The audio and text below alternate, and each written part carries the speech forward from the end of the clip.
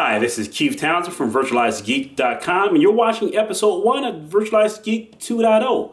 I'm rebooting Virtualized Geek to be a little bit more consistent. One of the things that I learned is that if I consistently post, and I'm hoping to do that once a week, same time, same bet channel, that I get a little bit more participation.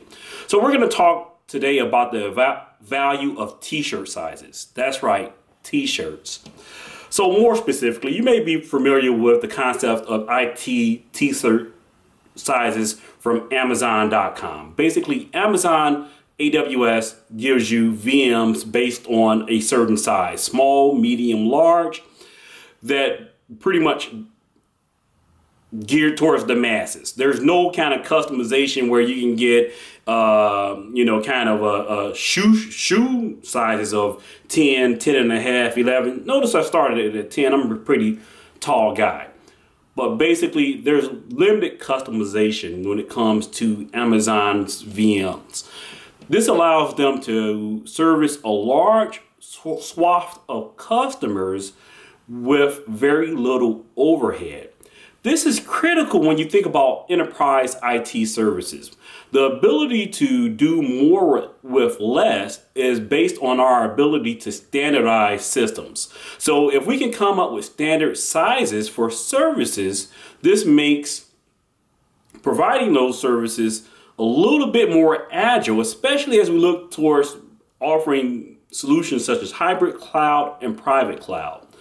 But let's not even talk about cloud computing. Let's talk about something more tangible or more relatable into today's enterprises, and that's mergers and acquisitions. Listen to a recent version of, or a recent episode of the Packet Pushers. They were talking about the challenges with mergers and acquisitions when it comes to the network. A lot of great points. One of the points that I wanted to add is the value of kind of t-shirt sizes that can be leveraged when you do a merger and acquisition. If you've standardized on kind of a set offering based on the business characteristics of a site or a business unit, this makes acquisitions a little bit, or integrations a little bit less painful. For instance, if I have a site of 15 users, my standard may be VPN access based on some type of cable technology. I have a standard hardware profile that I can ship to the site that's pre-configured. I have a ordering process with Comcast, Time Warner, or AT&T for acquiring certain levels of services. I can roll that out pretty immediately.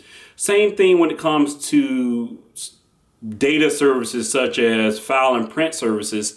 If I know that for a certain size site with a certain size or a certain amount of data needs, I can either use a cache device for caching storage back to corporate, or having a dedicated file and print server available for that location based on the data needs. Again, it makes the pain of integrating an organization into your existing IT a little less, or let's say a little bit more prescriptive. So that's it for this short episode of Virtualized Geeks Tech Talk. We'll talk to you next week. Thanks.